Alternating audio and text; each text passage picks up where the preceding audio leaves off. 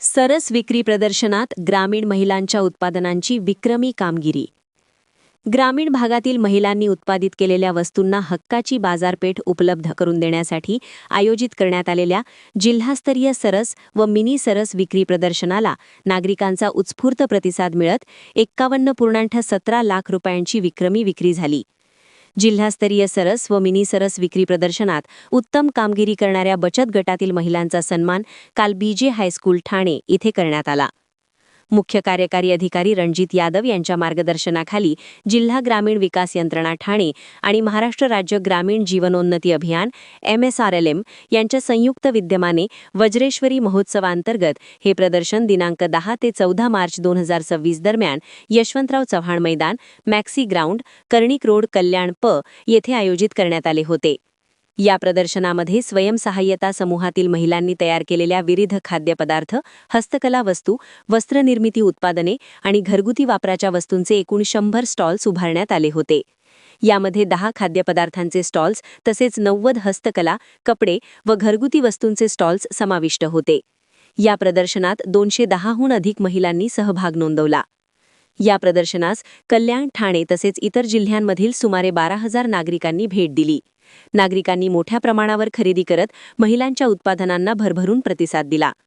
या प्रदर्शनाच्या माध्यमातून ग्रामीण महिलांना थेट ग्राहकांशी संवाद साधण्याची संधी, उत्पादनांची गुणवत्ता सादर करण्याची संधी आणि डिजिटल तसेच प्रत्यक्ष बाजारपेठेत प्रवेश मिळाला आहे. यामुळे महिला बचत गटांचे सक्षमीकरण अधिक बळकट होत असल्याचे स्पष्ट झाले आहे. जिल्हा परिषद ठाणे अंतर्गत राबवण्यात येणाऱ्या महाराष्ट्र राज्य ग्रामीण जीवनोन्नती अभियान उमेद या उपक्रमामुळे ग्रामीण महिलांच्या आर्थिक सक्षमीकरणाला चालना मिळत असून त्यातून महिलांच्या जीवनात सकारात्मक बदल घडत आहेत. ब्युरो रिपोर्ट, जनादेश. आपली माणसं, आपला देश, पाहत रहा जनादेश. उपमुख्यमंत्री एकनाथ शिंदे यांची पंतप्रधान नरेंद्र मोदी यांच्याशी चर्चा. शिवसेना मुख्य नेते व राज्याचे उपमुख्यमंत्री एकनाथ शिंदे यांनी पंतप्रधान नरेंद्र मोदी यांची नवी दिल्ली येथे भेट घेतली. दोन्ही नेत्यांमध्ये इराण-इस्रायल युद्ध, देशांतर्गत परिस्थिती आणि महाराष्ट्रातील विविध प्रश्नांवर सविस्तर चर्चा झाली. युद्धजन्य परिस्थितीत एनडीएचा मित्रपक्ष म्हणून शिवसेनेचा पंतप्रधानांच्या भूमिकेला पाठिंबा आहे.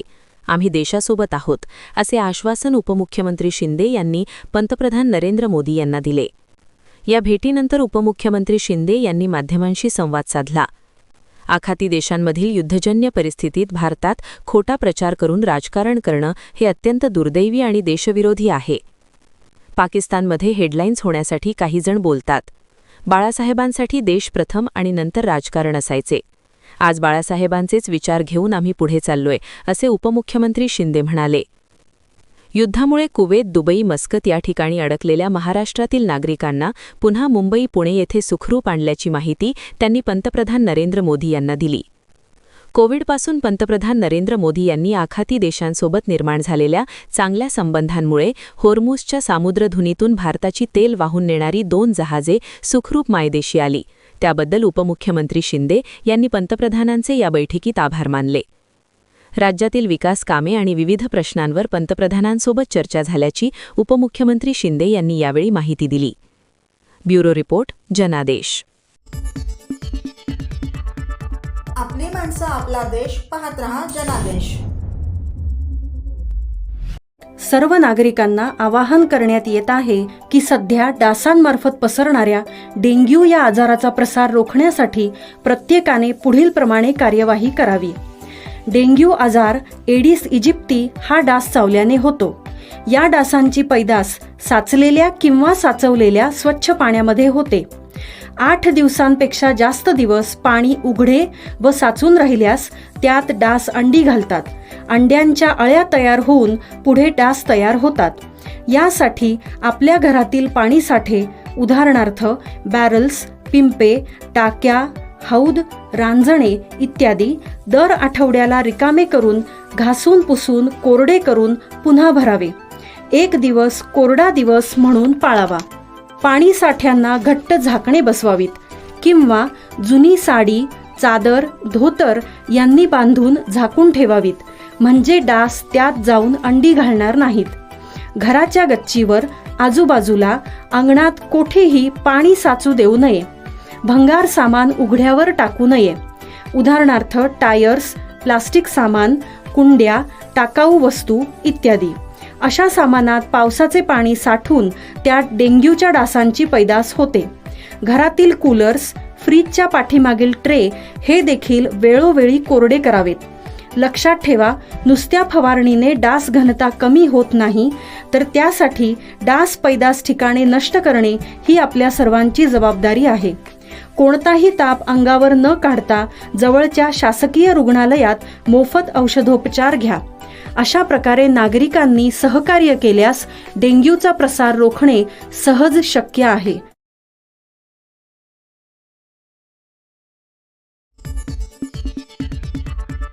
आपली माणसं, आपला देश, पाहत रहा जनादेश. लांजा तालुक्यातील आगरवाडी येथे घराच्या आवारात आढळले साप. लांजा तालुक्यातील आगरवाडी येथे एका घराच्या आवारात साप फिरत असल्याची घटना घडली.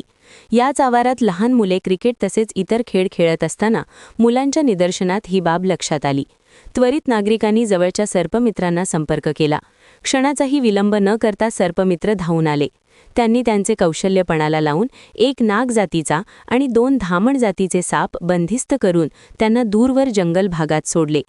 यावेळी उपस्थित नागरिक आणि मुलांना सर्पमित्रांकडून साप असो, प्राणी असो किंवा इतर पशुपक्षी असोत, ही सर्व आपल्या राष्ट्राची संपत्ती आहे आणि तिचे संरक्षण आणि जतन करणे हे प्रत्येक नागरिकाचे आद्य कर्तव्य आहे, असा संदेश देण्यात आला. ब्युरो रिपोर्ट, जनादेश.